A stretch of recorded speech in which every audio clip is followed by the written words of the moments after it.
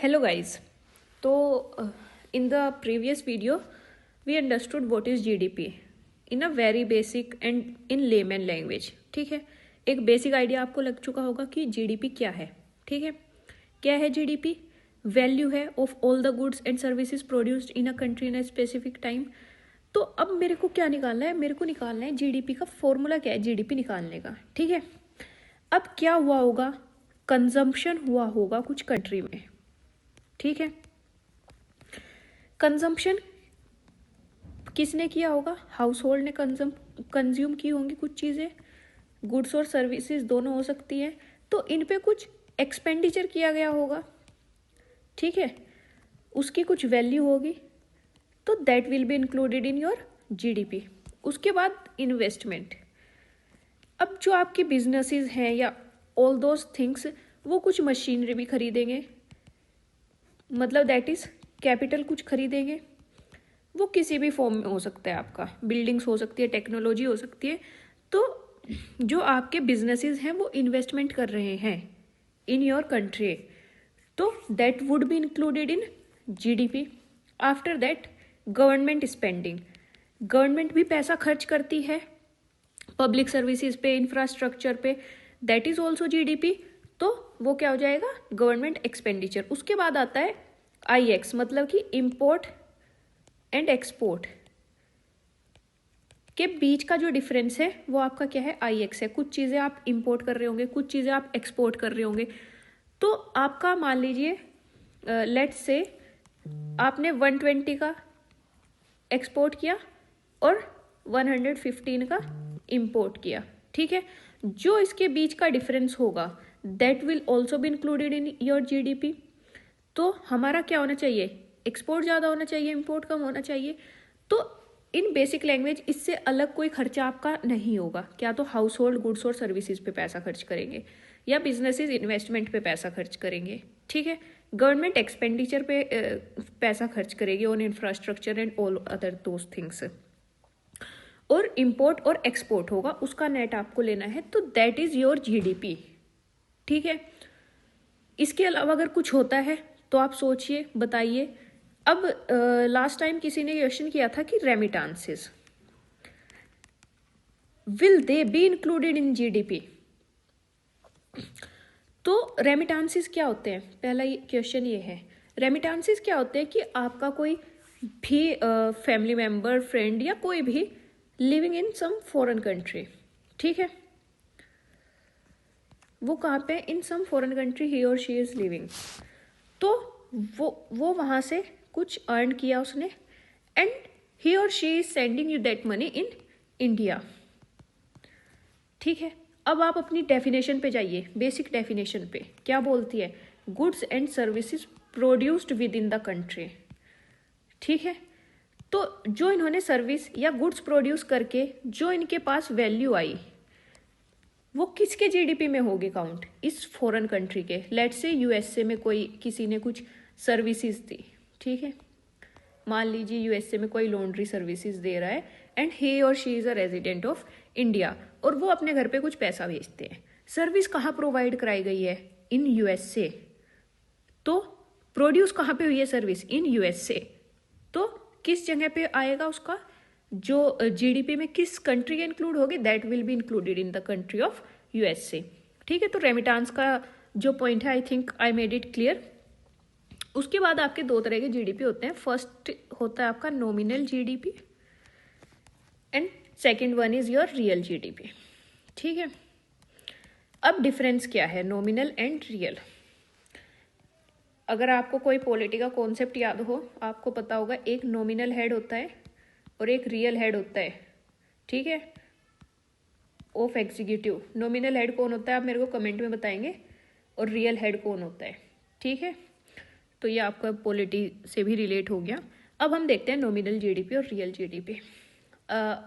इसके लिए हम एक एग्जांपल लेते हैं, उससे समझना. It's very easy by an example. आपने क्या किया? आपने 20 पेन्स खरीदते हो आप. ठीक है, आज उनकी वैल्यू जो है 100 रुपीज़ है पर पेन. ठीक है, तो 20 पेन्स की वैल्यू क्या हो गई, ₹2000। ये आपका क्या हो गया, नॉमिनल जीडीपी हो गया। अभी देखिए, नॉमिनल जीडीपी हो गया। रियल जीडीपी आपका क्या है, रियल जीडीपी आपका बोलता है आपने 20 पेन्स खरीदे, इनकी जो वैल्यू थी लेट्स से इन 2017, वैसे अभी रिसेंट में क्या हो गया, रिवाइज हो गई है जो बेस वैल्यू है, 2017 में पर पेन 50 रुपीज़ का था, ठीक है। तो उस टाइम पे क्या था, वैल्यू क्या थी, 1000 रुपीज़। तो अभी क्या होता है, इकोनॉमी क्या चाहेगी, इकोनॉमी क्या चाहेगी, इकोनॉमी ये नहीं चाहेगी कि आपका प्राइस इंक्रीज हो जाए। अगर हम इकोनॉमी को देखें, वो हमेशा क्या चाहेगी, आपका प्रोडक्शन इंक्रीज हो जाए, ठीक है। तभी आपको रियल वैल्यू पता चलेगी कि इकोनॉमी ग्रो कर रही है नहीं कर रही है। आप पैसा बढ़ा दीजिए तो आपका हो सकता वैल्यू बढ़ जाएगी, नो डाउट, बट आपकी इकोनॉमी तो वहीं पे है। आप 20 पेन 2025 में प्रोड्यूस कर रहे हो, 2017 में भी आप 20 पेन प्रोड्यूस कर रहे थे, आपका प्रोडक्शन इंक्रीज नहीं हुआ बट वैल्यू इंक्रीज हो गई। क्यों, बिकॉज यहाँ पे यहाँ से यहाँ तक क्या हो गया, 50 to 100 क्या हुआ है, इन्फ्लेशन आपका आ गया है।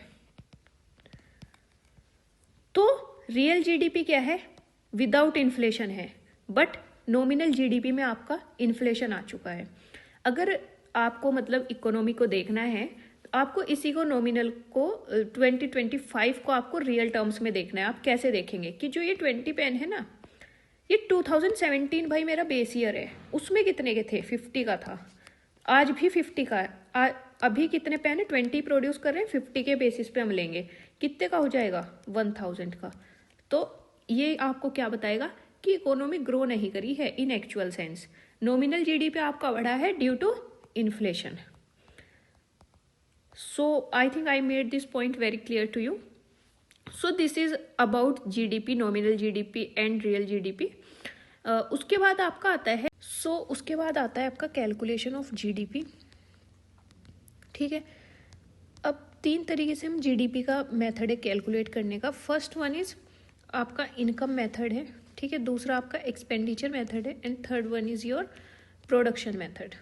हम देख लेते हैं फॉर अ बेसिक अंडरस्टैंडिंग कि इनमें क्या होता है। For income method, income method में क्या होगा, ये क्या मेजर करता है कि टोटल इनकम जो कि फैक्टर ऑफ प्रोडक्शन ने प्रोड्यूस करी है किसी कंट्री में, ठीक है, वो क्या है, इनकम मेथड है। अब इससे क्या पता चलता है कि जितनी आप इनकम प्रोड्यूस कर रहे हो वो गुड्स एंड सर्विसेज के लिए ही आपने प्रोड्यूस की होगी, जो इनकम होगी आपकी। आपको कोई ऐसे तो इनकम नहीं देगा without goods and services, without you providing anything. तो एक तो होता है इनकम मेथड कि उससे हम वैल्यू निकाल सकते हैं। दूसरा आता है एक्सपेंडिचर मेथड, जो आपने इकोनॉमी में अर्न किया है वो आप स्पेंड करेंगे, ठीक है। तो जो अमाउंट आपका मनी का स्पेंड होता है on products and services with in the boundary of a country, that is your consumption method, sorry expenditure method. जो हमने वो वाला फॉर्मूला पढ़ा था C+I+G+IM, that is of expenditure method. हमने यही तो देखा था कहाँ कहाँ पे स्पेंड हो रहा है पैसा। कंजम्पशन जो कर रही थी आपकी हाउस होल्ड, वो कितना पैसा कर रहे हैं, इन्वेस्टमेंट कितना पैसा स्पेंड हो रहा है, गवर्नमेंट कितना स्पेंड कर रही है, import export. So that is your expenditure method, और यही बहुत कॉमनली यूज होता है, ठीक है। थर्ड आता है प्रोडक्शन कि आपने यही निकाल लिया कि भाई आउटपुट कितना है, ठीक है। आपने सीधा उसी पॉइंट पे निकाल लिया जिस टाइम पे आप प्रोड्यूस कर रहे हो कि कितना आउटपुट है और उसकी कितनी वैल्यू है। तो ये क्या होगा, प्रोडक्शन मेथड। सो ये 3 मेथड हैं, मैंने इनका आपको एक छोटा सा ओवरव्यू दिया है। These are of course very broad, इनके कुछ खुद के लिमिटेशंस भी हैं, इनके कुछ बेनिफिट्स भी हैं ओवर अदर्स। वो कौन सा मेथड है जो बहुत ज़्यादा यूज़ होता है और क्यों यूज़ होता है। उसके बाद आपका इसमें और क्या बचता है, कुछ टर्म्स जो कि बहुत कंफ्यूजिंग होती हैं, GNP, NDP, NNP, GVA, ठीक है। ये कुछ टर्म्स हैं जिनके अराउंड क्वेश्चंस बहुत आते हैं, और मतलब मेरे को लगता है बहुत ज़्यादा बच्चे इस कॉन्सेप्ट को गलत करते हैं।